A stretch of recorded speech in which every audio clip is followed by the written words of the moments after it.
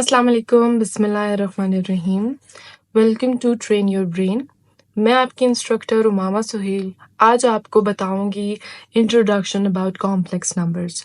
हम किसी भी एक्सरसाइज को स्टार्ट करने से पहले एक ब्रीफली इंट्रोडक्शन लेंगे। हम इस चैप्टर को स्टार्ट करने जा रहे हैं जो कि चैप्टर 1 है फर्स्ट ईयर केपीके बोर्ड का। यूजुअली फेडरल बोर्ड में भी यही फर्स्ट चैप्टर रहता है।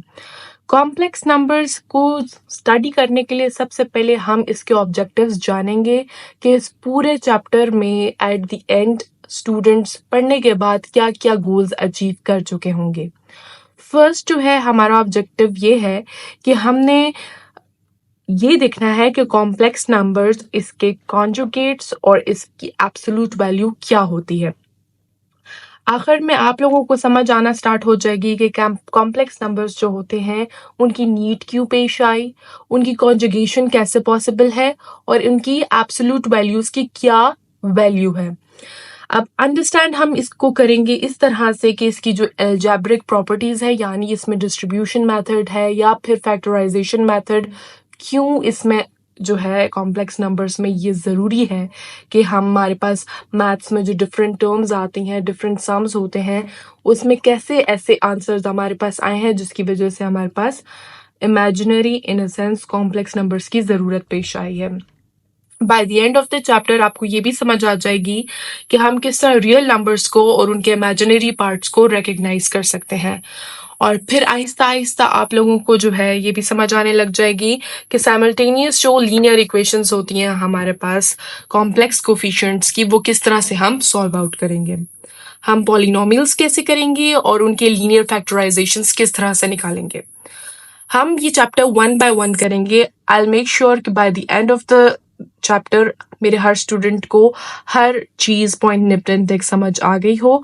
अगर आपको चाहिए कि आप कुछ क्वेश्चंस पूछना चाहते हैं या फिर आपको कोई लेक्चर ऐसा जो मुश्किल लगता है मैथ्स में, फिजिक्स में, केमिस्ट्री में, इंग्लिश में, first year, second year, 9th and 10th, तो आप सिंपली कमेंट में लिखें and I will try my best to answer each of you.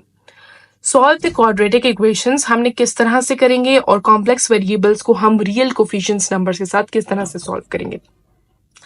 अब हम इंट्रोडक्शन की तरफ आते हैं। इंट्रोडक्शन इस तरह है कि हम सबसे पहले ये जानेंगे कि कॉम्प्लेक्स नंबर्स होते क्या हैं, इनकी ज़रूरत क्यों पेश आई। कॉम्प्लेक्स नंबर्स का ये सीन है कि हमारे पास काफ़ी ऐसी बातें होती थी जब हमारे पास एब्सोल्यूट वैल्यूज इक्वल्स टू 0 होती थी, लेकिन जब हम उसको अपनी राइट हैंड साइड पे शिफ्ट करते थे तो हमारे पास आंसर्स नेगेटिव में आ जाते थे। हमें ये पता होना चाहिए कि रियल नंबर्स क्या होते हैं। रियल नंबर्स, सबसे पहले रियल नंबर्स की जो सबसे छोटी एग्जाम्पल है वो ये है कि किसी भी वर्ड का स्क्वायर अगर पॉजिटिव होता है, मीन्स ग्रेटर और इक्वल्स टू 0 होता है, तो वो हमारे पास रियल नंबर होता है। लेकिन अगर कुछ ऐसे वर्ड्स जिनका हमारे पास स्क्वायर लेस देन 0 आए, यानी नेगेटिव, मीन्स इंटीजर्स में आ जाए, नेगेटिव इंटीजर्स में, तो वो हमारे पास इमेजिनरी नंबर्स कहलाते हैं। जैसे कि हम एक ये एग्जाम्पल ले रहे हैं कि एक्स स्क्वायर प्लस 1 है, यहाँ पे एक्स स्क्वायर प्लस 4 है, दोनों इक्वल्स टू 0 लिए हुए हैं दोनों इक्वेशंस। यहाँ पे x square plus 5 is equals to 0 लिया हुआ है, या फिर x square plus 3 is equals to 0 up to so on. यहाँ पर ये सीन है कि आपने क्या करना है, लेट से फर्स्ट हमने ले लिया x square plus 1 is equals to 0। X square plus 1 is equals to 0 ले लिया तो इस प्लस का साइन है, ये इस साइड पे जाकर माइनस का साइन बन जाएगा, तो ये 1 ऑटोमेटिकली माइनस हो गया, -1 में आ गया। How is this possible according to the definition of real numbers कि तमाम वर्ड्स जो हमारे पास नंबर डिजिट्स होंगे उनका स्क्वायर अगर पॉजिटिव हो गया तो वो रियल नंबर्स हैं। अब ये ऑलरेडी देखें, ये एक्स तो वेरिएबल है ना, इसका स्क्वायर हमारे पास -1 क्यों आ गया। तब ये इशू क्रिएट हुआ तो एक ग्रीक लेटर डिफाइन किया गया, आयोटा, जिसकी वैल्यू है हमारे पास √-1। इसको हम इमेजिनरी यूनिट भी कहते हैं। अब इमेजिनरी यूनिट हम इसको क्यों कहते हैं ये आपको आहिस्ता आहिस्ता समझ आ जाएगी कि इसका इमेजिनरी यूनिट का वजूद कैसे हुआ। अब चूंकि देखें हम इसकी वैल्यू ये है √-1, तो अगर हम आयोटा का स्क्वायर लेते हैं तो फिर हम अगर इस साइड पर भी स्क्वायर लेंगे डेफिनेटली इसको हम कैंसिल आउट करेंगे तो हमारे पास -1 रह जाएगा। तो मीन्स आयोटा स्क्वायर की वैल्यू जो है वो हमारे पास -1 है।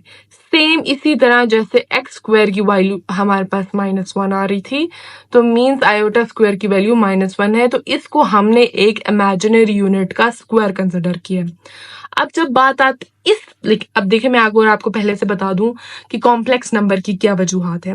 कॉम्प्लेक्स नंबर की पैदा होने की रीजन मेन यही थी कि इस तरह के सम के बाद हमारे पास जब नेगेटिव आंसर्स आ रहे थे तब वजूद आया हमारे पास कॉम्प्लेक्स नंबर्स का।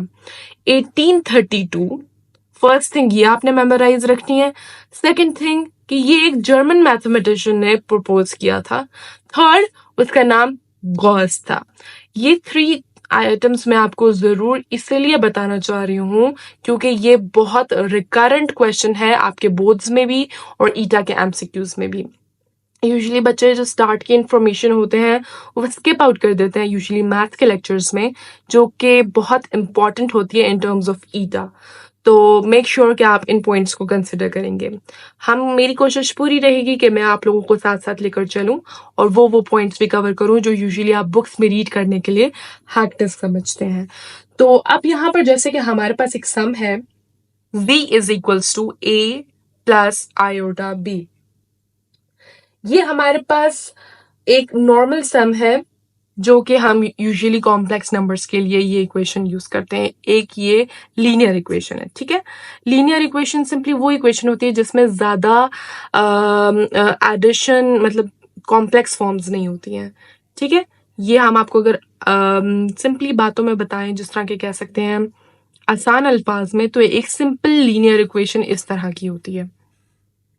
हमने इस इक्वेशन को z से डिनोट किया है। अब यहाँ पर तभी ये कॉम्प्लेक्स नंबर की इक्वेशन होगी जब इसमें a की वैल्यू 0 होगी और b की वैल्यू भी 0 होगी। ये इसमें स्पेशल रीजन है। हम ये रीड आउट करते हैं क्यों। अब यहाँ हमारे पास है c is equals to a plus iota b, जिसमें हमारे पास a और b दोनों रियल नंबर्स हैं। हमने यहाँ पर पहले बताया था कि इसमें a की वैल्यू भी 0 होनी चाहिए और b की वैल्यू भी 0 होनी चाहिए। हम यूजुअली इस इक्वेशन जो कॉम्प्लेक्स इक्वेशन मैंने आपको बताई है जिसको हमने z से डिनोट किया था, c को हम कॉम्प्लेक्स नंबर के फॉर्म से डिनोट कर रहे हैं। हम इसको साइंटिफिक नोटेशन में भी लिख सकते हैं, जैसे कि c को हम पैरेंथेसिस में लाके या इसको ब्रेसेस भी कहते हैं, ब्रैकेट्स में a, b corresponds to a, b belongs to real numbers। यहाँ पर ये है कि अगर a एंड b ये हमारे पास सेट्स फॉर्म में सेट्स नोटेशन में लिखा हुआ है तो यकीनन ये हमारे पास फर्स्ट होगी और मतलब जो फर्स्ट रियल नंबर होगा और ये सेकंड हमारे पास इमेजिनरी होगा।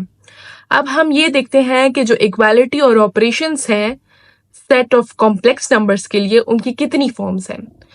सबसे पहली फॉर्म जिसको हम डिस्कस करेंगे वो इक्वालिटी है।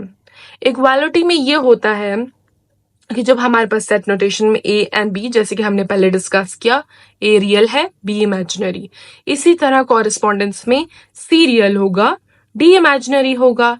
इट मींस इक्वालिटी जहां पे डिपेंड कर रही है तो a इक्वल्स टू c होगा क्योंकि बीच में से इक्वल्स का साइन है। That is why we are considering is in terms of equality. b equal होगा हमारे पास d के, a हमारे पास c के इक्वल था, b हमारे पास d के इक्वल। ये हमारे पास इक्वालिटी शो करती है इन टर्म्स ऑफ कॉम्प्लेक्स नंबर्स। ये हमारे पास फर्स्ट ऑपरेशन हो गया। सेकंड ऑपरेशन है हमारे पास एडिशन का। एडिशन में ये है कि अगर आपके पास सेट नोटेशन गिवन है a b की, तो सेंटर में हमारे पास एडिशन का साइन है। फिर इसी तरह सेट नोटेशन हमें गिवन है c एंड d की। अब a को हम ऐड करेंगे c के साथ, first term adds with first and second terms adds with second. ये यूजुअली हमारे पास फॉर्मूलाज हैं जो हम इनको फॉलो करेंगे all over the maths. Similarly हमारे पास है सब्ट्रैक्शन। जैसे कि हमने एडिशन की थी, सेम वही हमारे पास थीम रहेगी सब्ट्रैक्शन के लिए भी। First digit subtracts with the first one and second subtracts with the second one. हम इसी तरह माइनस साइन को दोनों वेरिएबल्स के बीच में लेके आएंगे। जब बात आती है हमारे पास मल्टीप्लिकेशन की, ये कुछ टर्म्स हैं जो आप मेमोराइज कर देंगे फॉर द फर्स्ट, क्योंकि स्टार्ट में अपने आप को इतना ज्यादा इंडल्ज नहीं करें तो आपको आगे ज्यादा प्रॉब्लम नहीं होगी। हम स्टेप बाय स्टेप हर चीज इजी वे से पढ़ेंगे ताकि जिनको बिल्कुल आइडिया नहीं है किसी चीज का वो भी समझ सकें, एंड जो कि माशाल्लाह से पहले से प्रो हैं उनको एक दफा से रिवाइज हो जाएगा। मल्टीप्लिकेशन में आपने क्या करना है कि जब सेट नोटेशन आपको गिवन है A B multiplies with C D, तो एक स्टैंडर्ड फॉर्म है कि ए को हम like first digit multiplies with the first one and second multiplies with the second one. Sign first में हमारे पास नेगेटिव आया है, ये मैं आपको for the time being Aahista Aahista समझाऊंगी कि ये क्यू माइनस आया है, ये हमारे पास कौन सा रूल अप्लाई हुआ है। फिलहाल के लिए हम जस्ट रीड आउट करते हैं कि ये कौन कौन सी प्रॉपर्टीज है, क्योंकि ये इनके रिलेटेड क्वेश्चंस हमारे पास आते रहेंगे। तो हम मल्टीप्लाई के लिए फिर इसमें क्या करेंगे, सी मल्टीप्लाई बाय बी। जब हमारे पास फर्स्ट फॉर्म बी सी हो जाएगी एंड फर्स्ट ए डी हो जाएगी, तब हमारे पास प्लस का साइन बीच में आ जाएगा। ठीक है, I hope this thing is clear.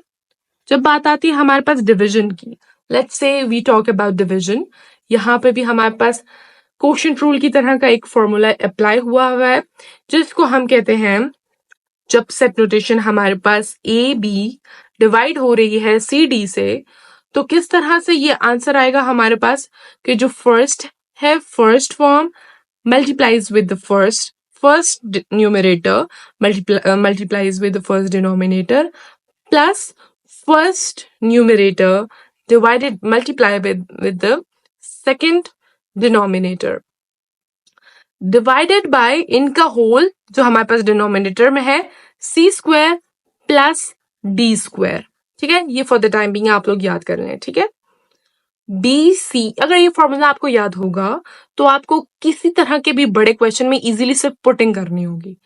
So second हमारे पास क्या है, second numerator multiplies with the first denominator minus first numerator multiplies with the second denominator, और उसमें भी हमारे पास c square plus d square रहेगा, यानी इन दोनों के स्क्वायर्स हमारे पास डिनोमिनेटर्स में रहेंगे। यहाँ पर हमारे पास c और d का 0 होना जरूरी नहीं है, क्योंकि आपको पता होना चाहिए, अगर नहीं पता तो मैं आपको बता देती हूँ कि if anything divided by 0 results in infinity, जब इंफिनिटी आंसर आ जाएगा तो अप टू सो ऑन चला जाएगा और हमारा क्वेश्चन कोलैप्स कर सकता है। हमारा सिस्टम ये यूजुअली जो ये टर्म्स हमारे पास डिफरेंट फॉर्म्स एप्लीकेशंस में यूज होती हैं, वहां पर सिस्टम को कोलैप्स होने का खतरा होता है, इसलिए anything divides by 0 results to infinity. Now we'll jump to the solutions of exercise 1.1. So stay tuned and go to the next video. आपको ऊपर playlist के through next video notify हो रही होगी. Kindly click and travel with me.